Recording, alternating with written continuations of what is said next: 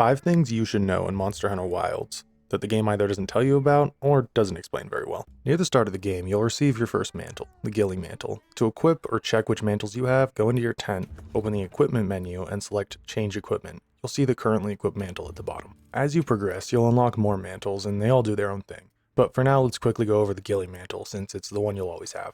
The Ghillie Mantle makes you invisible to enemies until it runs out or you get hit, even in the middle of a fight. If you take a big hit and need to heal, sharpen your weapon, or just want to play it safe, pop on your Ghillie Mantle, and you'll disappear faster than your paycheck when this game dropped. Number 2. Fast Traveling.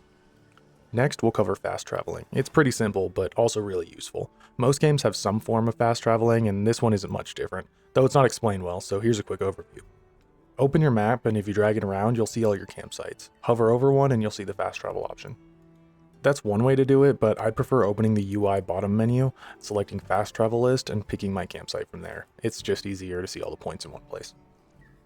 Number 3, your barbecue. I'm not sure why they expect every Monster Hunter player to have played every Monster Hunter, but here we are. What I'm about to explain was covered in one of the first quests in the original game, and then never mentioned again. Anyway, you'll want to hunt down some herbivores and beat on them like they owe you money. Once you carve them, you should get some raw meat. Now bust out your portable barbecue and play the minigame to cook it. Pull it off too early and you'll get a rare steak. Basically garbage. Overcook it and you'll end up with a burnt steak. Also garbage. Time it right and you'll get a well done steak, which is what you actually want. Once you cook it, you'll play a second minigame where you cut it. Hopefully you'll do better than me. Depending on how well you cut it, you'll get a different amount of well done steaks. You eat these to increase your maximum health and stamina gauges. They could also be used to heal in a pinch. Number 4, binoculars. I don't use binoculars much, but there's a monster size system in this game. If one is exceptionally big or small, it might have a crown to mark its size. If you see a monster that looks abnormally big or small, pull out the binoculars and check for a crown. If you're hunting for a gold or silver crown for your collection, this can save you time. Otherwise, they're mostly just for looking around.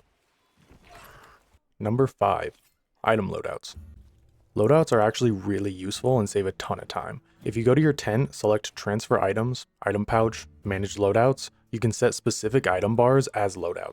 When you equip a loadout, it'll auto-store anything not in the loadout and refill your used items back to your saved loadout's amount. This is great for dropping off loot after a hunt and restocking on potions, traps, ammo without manually sorting through your inventory every time. Just make sure you have the items you want in your inventory and then register the loadout.